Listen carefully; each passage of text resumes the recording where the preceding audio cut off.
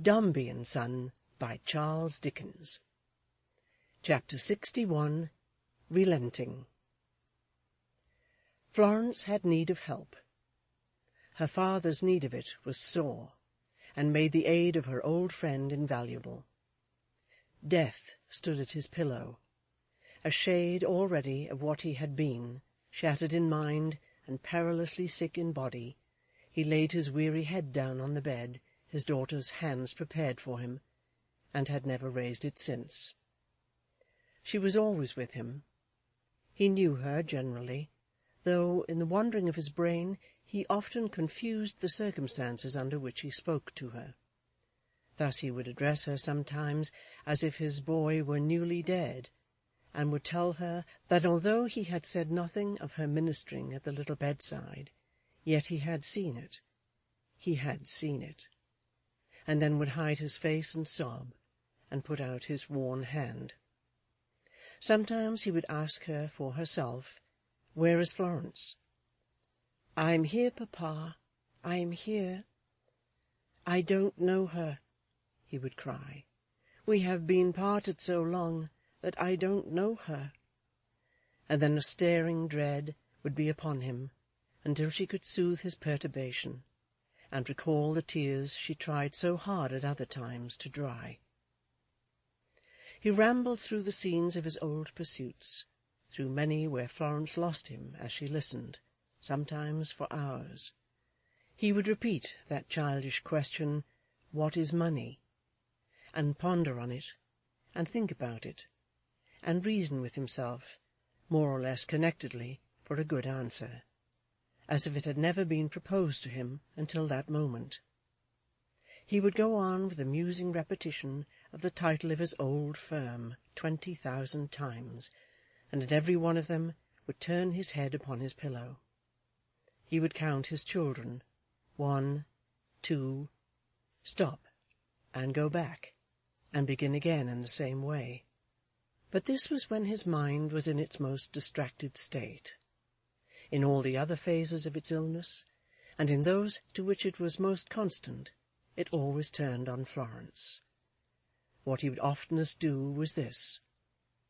He would recall that night he had so recently remembered, the night on which she came down to his room, and would imagine that his heart smote him, and that he went out after her, and up the stairs to seek her. Then, confounding that time with the later days of the many footsteps, he would be amazed at their number, and begin to count them as he followed her. Here, of a sudden, was a bloody footstep going on among the others, and after it there began to be, at intervals, doors standing open, through which certain terrible pictures were seen in mirrors, of haggard men, concealing something in their breasts. Still, among the many footsteps, and the bloody footsteps here and there, was the step of Florence. Still she was going on before. Still the restless mind went, following and counting, ever farther, ever higher, as to the summit of a mighty tower that it took years to climb. One day he inquired if that were not Susan who had spoken a long while ago. Florence said, "Yes, dear papa," and asked him would he like to see her. He said very much, and Susan, with no little trepidation, showed herself at his bedside. It seemed a great relief to him. He begged her not to go, to understand that he forgave her what she had said, and that she was to stay. Florence and he were very different now, he said, and very happy. Let her look at this. He meant his drawing the gentle head down to his pillow and laying it beside him. He remained like this for days and weeks, at length lying, the faint, feeble semblance of a man, upon his bed, and speaking in a voice so low that they could only hear him by listening very near to his lips. He became quiet. It was dimly pleasant to him now to lie there, with the window open, looking out at the summer sky and the trees, and, in the evening, at the sunset, to watch the shadows of the clouds and leaves, and seem to feel a sympathy with shadows. It was natural that he should. To him, life and the world were nothing else. He began to show now that he thought of Florence's fatigue, and often taxed his weakness to whisper to her, "Go and walk, my dearest, in the sweet air. Go to your good husband." One time, when Walter was in his room, he beckoned him to come near and to stoop down, and pressing his hand, whispered an assurance to him that he knew he could trust him with his child when he was dead. It chanced one evening towards sunset, when Florence and Walter were sitting in his room together, as he liked to see them, that Florence, having her baby in her arms, began in a low voice to sing to the little fellow, and sang the old tune she had so often sung to the dead child. He could not bear it at the time. He held up his trembling hand, imploring her to stop. But next day he asked her to repeat it, and to do so often of an evening, which she did, he listening with his face turned away. Florence was sitting on a certain time by his window, with her work-basket between her and her old attendant, who was still her faithful companion. He had fallen into a doze. It was a beautiful evening, with 2 hours of light to come yet, and the tranquillity and quiet made Florence very thoughtful. She was lost to everything for the moment, but the occasion when the so altered figure on the bed had first presented her to her beautiful mamma, when a touch from Walter, leaning on the back of her chair, made her start. "My dear," said Walter, "there is someone downstairs who wishes to speak to you." She fancied Walter looked grave, and asked him if anything had happened. "No, no, my love," said Walter. "I have seen the gentleman myself and spoken with him. Nothing has happened.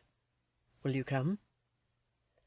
Florence put her arm through his, and confiding her father to the black-eyed Mrs. Toots, who sat as brisk and smart at her work as black-eyed woman could, accompanied her husband downstairs.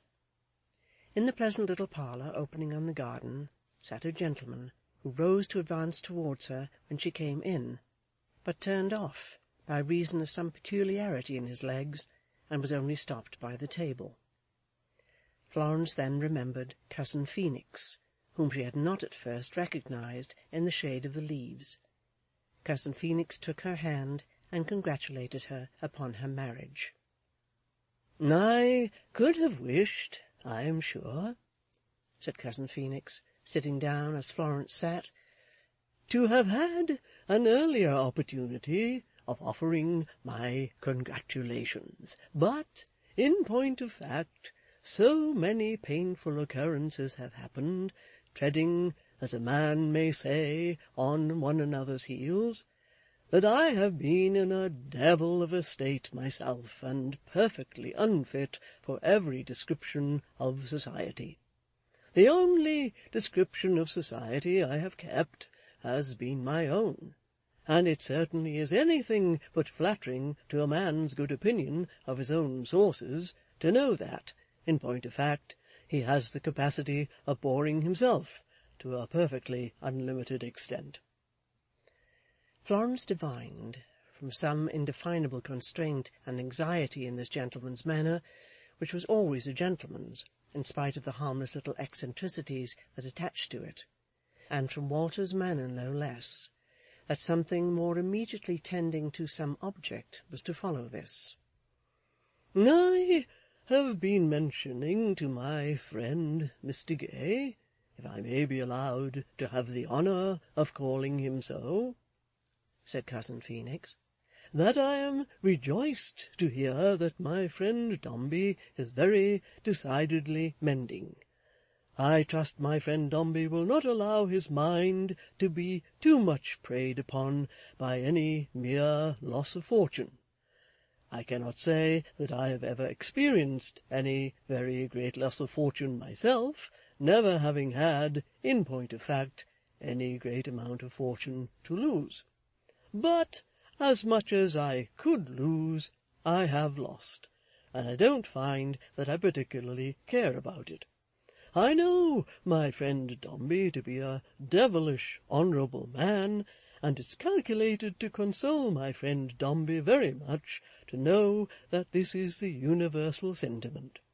Even Tommy Screwser, a man of an extremely bilious habit, with whom my friend Gay is probably acquainted, cannot say a syllable in disputation of the fact.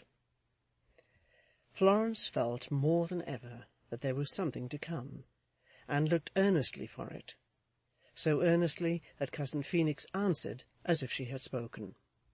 "The fact is," said Cousin Phoenix, "that my friend Gay and myself have been discussing the propriety of entreating a favour at your hands, and that I have the consent of my friend Gay, who has met me in an exceedingly kind and open manner, for which I am very much indebted to him, to solicit it. I am sensible that so amiable a lady as the lovely and accomplished daughter of my friend Dombey will not require much urging, but I am happy to know that I am supported by my friend Gay's influence and approval. As in my parliamentary time, when a man had a motion to make of any sort, which happened seldom in those days, for we were kept very tight in hand, the leaders on both sides being regular martinets, which was a devilish good thing for the rank and file, like myself, and prevented our exposing ourselves continually, as a great many of us had a feverish anxiety to do. As in my parliamentary time, I was about to say, when a man had leave to let off any little private pop-gun, it was always considered a great point for him to say that he had the happiness of believing that his sentiments were not without an echo in the breast of Mr. Pitt, the pilot, in point of fact, who had weathered the storm, upon which a devilish large number of fellows immediately cheered, and put him in spirits, though the fact is that these fellows, being under orders to cheer most excessively whenever Mr. Pitt's name was mentioned, became so proficient that it always woke 'em, and they were so entirely innocent of what was going on otherwise, that it used to be commonly said by Conversation Brown, four-bottle man at the Treasury Board, with whom the father of my friend Gay was probably acquainted,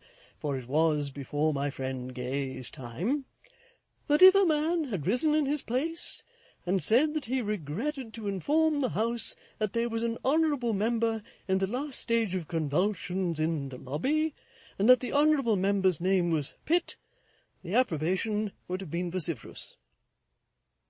This postponement of the point put Florence in a flutter, and she looked from Cousin Phoenix to Walter in increasing agitation. "My love," said Walter, "there is nothing the matter." "There's nothing the matter, upon my honour," said Cousin Phoenix, "and I am deeply distressed at being the means of causing you a moment's uneasiness. I beg to assure you that there is nothing the matter. The favour that I have to ask is simply, but it really does seem so exceedingly singular, that I should be in the last degree obliged to my friend Gay if he would have the goodness to break the, in point of fact, the ice," said Cousin Phoenix. Walter, thus appealed to, and appealed to no less in the look that Florence turned towards him, said, "My dearest, it is no more than this, that you will ride to London with this gentleman whom you know." "And my friend Gay also, I beg your pardon," interrupted Cousin Phoenix. "And with me, and make a visit somewhere." "To whom?" asked Florence, looking from one to the other. "If I might entreat," said Cousin Phoenix, "that you would not press for an answer to that question, I would venture to take the liberty of making the request." "Do you know, Walter?" "Yes." "And think it right?" "Yes." "Only because I am sure that you would too. Though there may be reasons, I very well understand, which make it better that nothing more should be said beforehand. "If papa is still asleep, or can spare me if he is awake, I will go immediately," said Florence, and rising quietly and glancing at them with a look that was a little alarmed but perfectly confiding, left the room. When she came back, ready to bear them company, they were talking together gravely at the window, and Florence could not but wonder what the topic was that had made them so well acquainted in so short a time. She did not wonder at the look of pride and love with which her husband broke off as she entered, for she never saw him but that rested on her. "I will leave," said Cousin Phoenix, "a card for my friend Dombey, sincerely trusting that he will pick up health and strength with every returning hour, and I hope my friend Dombey will do me the favour to consider me a man who has a devilish warm admiration of his character, as, in point of fact, a British merchant and a devilish upright gentleman. My place in the country is in a most confounded state of dilapidation, but if my friend Dombey should require a change of air, and would take up his quarters there, he would find it a remarkably healthy spot, as it need be, for it's amazingly dull. If my friend Dombey suffers from bodily weakness, and would allow me to recommend what has frequently done myself good, as a man who has been extremely queer at times, and who lived pretty freely in the days when men lived very freely, I should say, let it be in point of fact the yolk of an egg, beat up with sugar and nutmeg, in a glass of sherry, and taken in the morning with a slice of dry toast. Jackson, who kept the boxing-rooms in Bond Street, man of very superior qualifications, with whose reputation my friend Gay is no doubt acquainted, used to mention that in training for the ring they substituted rum for sherry. I should recommend sherry in this case, on account of my friend Dombey being in an invalided condition, which might occasion rum to fly, in point of fact, to his head, and throw him into a devil of a state." Of all this, Cousin Phoenix delivered himself with an obviously nervous and discomposed air. Then, giving his arm to Florence, and putting the strongest possible constraint upon his wilful legs, which seemed determined to go out into the garden, he led her to the door, and handed her into a carriage that was ready for her reception. Walter entered after him, and they drove away. Their ride was 6 or 8 miles long. When they drove through certain dull and stately streets lying westward in London, it was growing dusk. Florence had by this time put her hand in Walter's, and was looking very earnestly and with increasing agitation into every new street into which they turned. When the carriage stopped at last before that house in Brook Street, where her father's unhappy marriage had been celebrated, Florence said, "Walter, what is this? Who is here?" Walter cheering her, and not replying, she glanced up at the house front, and saw that all the windows were shut, as if it were uninhabited. Cousin Phoenix had by this time alighted, and was offering his hand. "Are you not coming, Walter?" "No, I will remain here. Don't tremble. There is nothing to fear, dearest Florence." "I know that, Walter, with you so near. I'm sure of that, but—" The door was softly opened without any knock, and Cousin Phoenix led her out of the summer evening air into the close, dull house. More sombre and brown than ever, it seemed to have been shut up from the wedding day, and to have hoarded darkness and sadness ever since. Florence ascended the dusky staircase, trembling, and stopped with her conductor at the drawing-room door. He opened it without speaking, and signed an entreaty to her to advance into the inner room while he remained there. Florence, after hesitating an instant, complied. Sitting by the window at a table, where she seemed to have been writing or drawing, was a lady, whose head, turned away towards the dying light, was resting on her hand. Florence, advancing doubtfully, all at once stood still, as if she had lost the power of motion. The lady turned her head. "Great heaven!" she said. "What is this?" "No, no!" cried Florence, shrinking back as she rose up, and putting out her hands to keep her off. "Mamma!" They stood looking at each other. Passion and pride had worn it, but it was the face of Edith, and beautiful and stately yet. It was the face of Florence, and through all the terrified avoidance it expressed, there was pity in it, sorrow, a grateful, tender memory.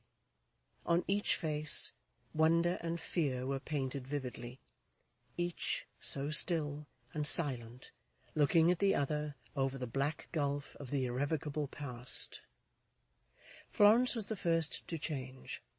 Bursting into tears, she said from her full heart, "Oh, mamma, mamma, why do we meet like this?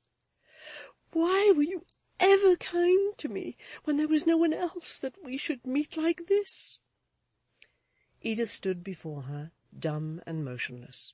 Her eyes were fixed upon her face. "I dare not think of that," said Florence. "I am come from papa's sick bed. We are never asunder now. We never shall be any more. If you would have me ask his pardon, I will do it, mamma. I am almost sure he will grant it now if I ask him. May heaven grant it to you too, and comfort you." She answered not a word. "Walter, I am married to him, and we have a son," said Florence timidly. "Is at the door, and has brought me here. I will tell him that you are repentant, that you are changed," said Florence, looking mournfully upon her, "and he will speak to papa with me, I know. Is there anything but this that I can do?" Edith, breaking her silence, without moving eye or limb, answered slowly, "The stain upon your name, upon your husband's, on your child's, will that ever be forgiven, Florence?" "Will it ever be, mamma? It is, freely, freely, both by Walter and by me. If that is any consolation to you, there is nothing that you may believe more certainly. You do not, faltered Florence, speak of papa. But I am sure you wish that I should ask him for his forgiveness. I am sure you do." She answered not a word. "I will," said Florence. "I will bring it you, if you will let me, and then perhaps we may take leave of each other more like what we used to be to one another." "I have not," said Florence, very gently, and drawing nearer to her. "I have not shrunk back from you, mamma, because I fear you, or because I dread to be disgraced by you. I only wish to do my duty to papa. I am very dear to him, and he is very dear to me. But I never can forget that you were very good to me.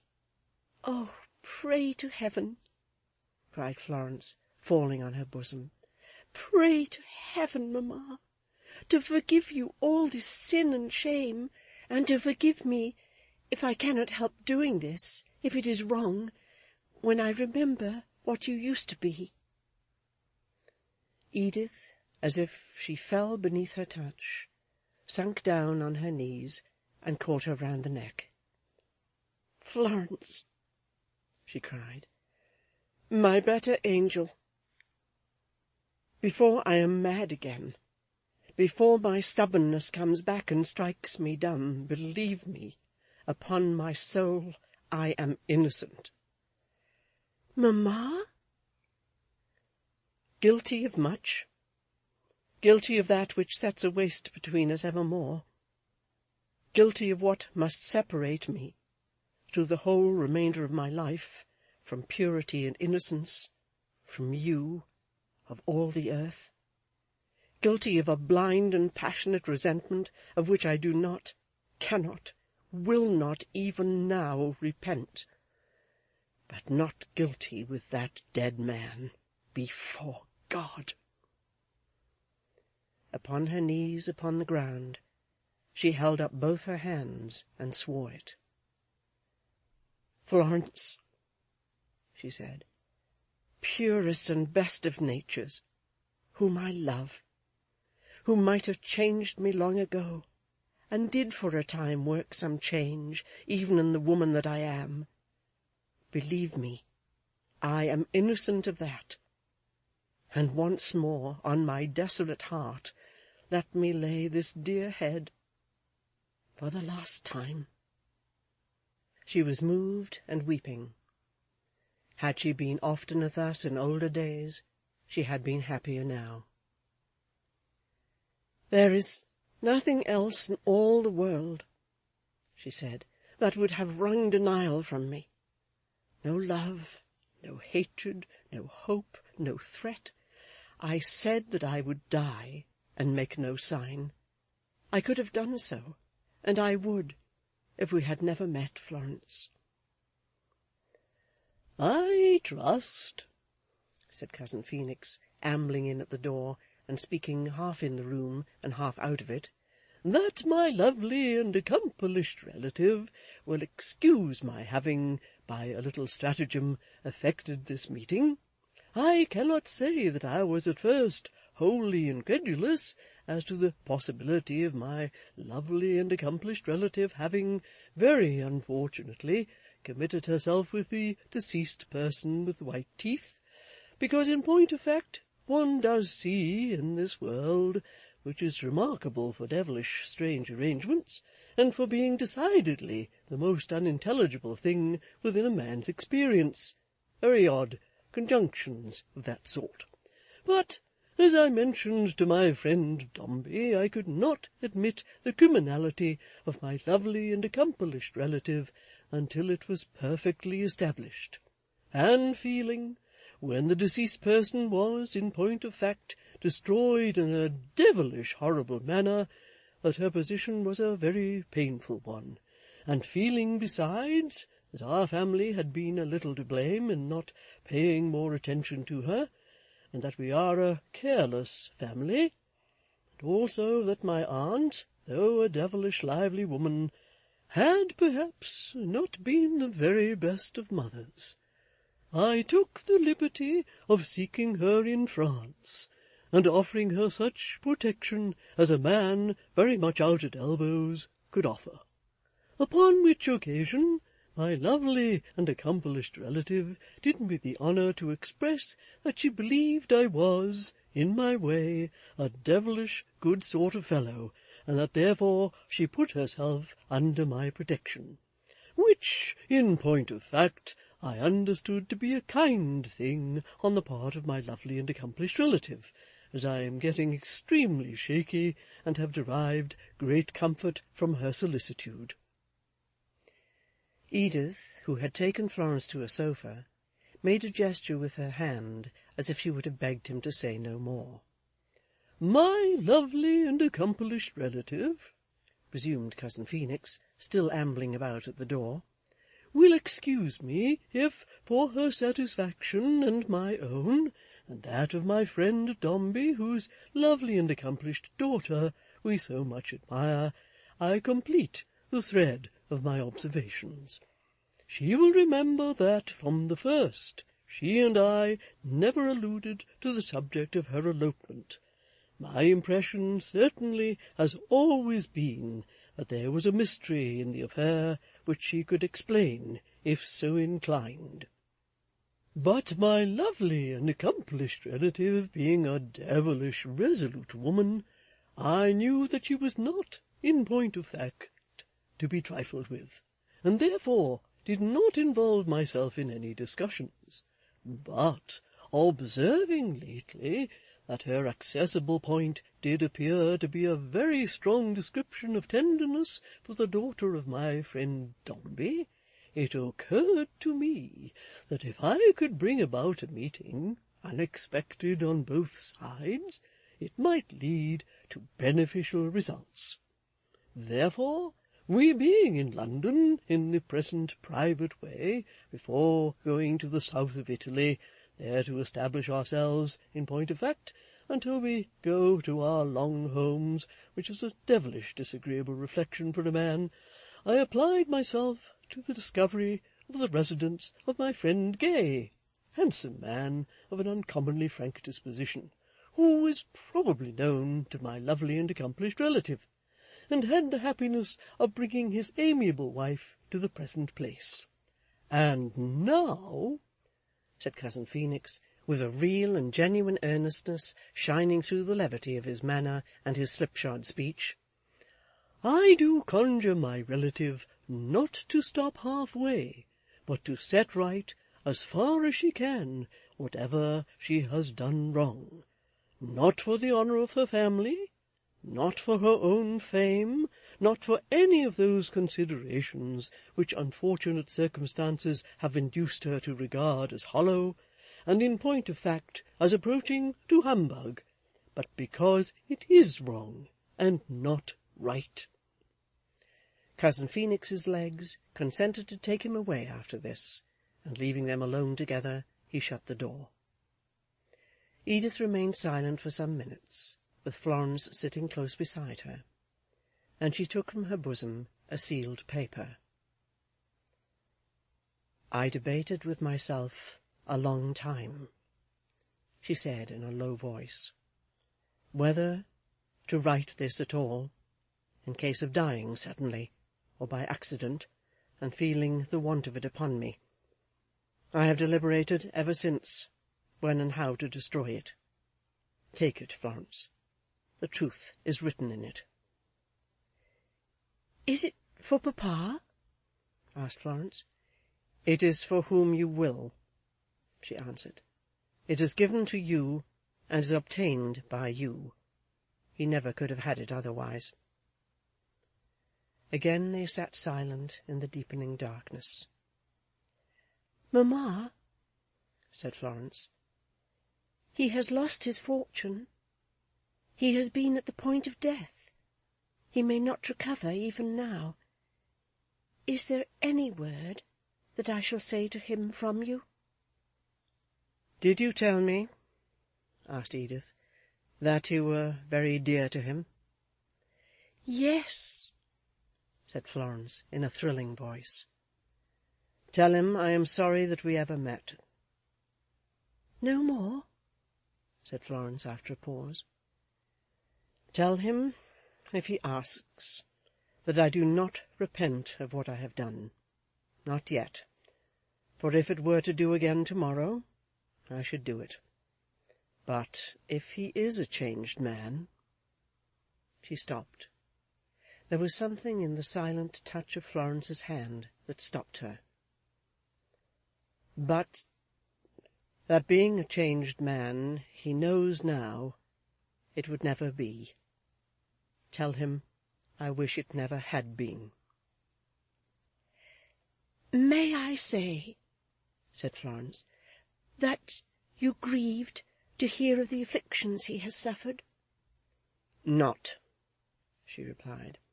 "If they have taught him that his daughter is very dear to him, he will not grieve for them himself one day, if they have brought that lesson, Florence." "You wish well to him, and would have him happy. I am sure you would," said Florence. "Oh, let me be able, if I have the occasion at some future time, to say so."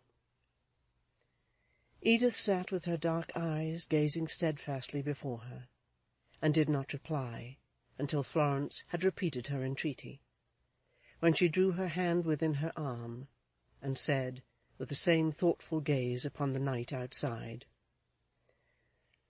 "Tell him that if, in his own present, he can find any reason to compassionate my past, I sent word that I asked him to do so. Tell him that if, in his own present, he can find a reason to think less bitterly of me, I ask him to do so.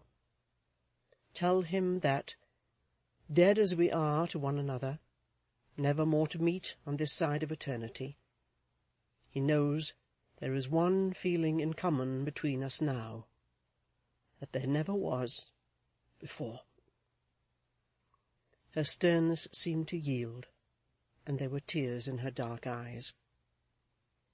"I trust myself to that," she said, "for his better thoughts of me, and mine of him.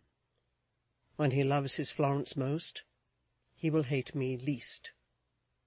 When he is most proud and happy in her and her children, he will be most repentant of his own part in the dark vision of our married life. At that time I will be repentant too. Let him know it then, and think that when I thought so much of all the causes that had made me what I was, I needed to have allowed more for the causes that made him what he was. I will try then to forgive him his share of blame. Let him try to forgive me mine." "Oh, mamma," said Florence, "how it lightens my heart, even in such a strange meeting and parting, to hear this." "Strange words in my own ears," said Edith, "and foreign to the sound of my own voice. But even if I had been the wretched creature I have given him occasion to believe me, I think I could have said them still, hearing that you and he were very dear to one another. Let him, when you are dearest, ever feel that he is most forbearing in his thoughts of me, that I am most forbearing in my thoughts of him. Those are the last words I send him. Now, good-bye, my life." She clasped her in her arms, and seemed to pour out all her woman's soul of love and tenderness at once. "This kiss for your child. These kisses for a blessing on your head. My own dear Florence, my sweet girl, farewell." "To meet again?" cried Florence. "Never again, never again. When you leave me in this dark room, think that you have left me in the grave. Remember only that I was once, and that I loved you." And Florence left her, seeing her face no more, but accompanied by her embraces and caresses to the last.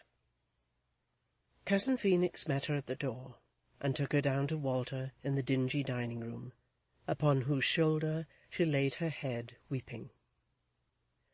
"I'm devilish sorry," said Cousin Phoenix, lifting his wristbands to his eyes in the simplest manner possible, and without the least concealment, "that the lovely and accomplished daughter of my friend Dombey, and amiable wife of my friend Gay, should have had her sensitive nature so very much distressed and cut up by the interview which is just concluded. But I hope and trust I have acted for the best, and that my honourable friend Dombey will find his mind relieved by the disclosures which have taken place. I exceedingly lament that my friend Dombey should have got himself, in point of fact, into the devil's own state of conglomeration by an alliance with our family, but am strongly of opinion that if it hadn't been for the infernal scoundrel Barker, man with white teeth, everything would have gone on pretty smoothly. In regard to my relative, who does me the honour to have formed an uncommonly good opinion of myself, I can assure the amiable wife of my friend Gay that she may rely on my being, in point of fact, a father to her.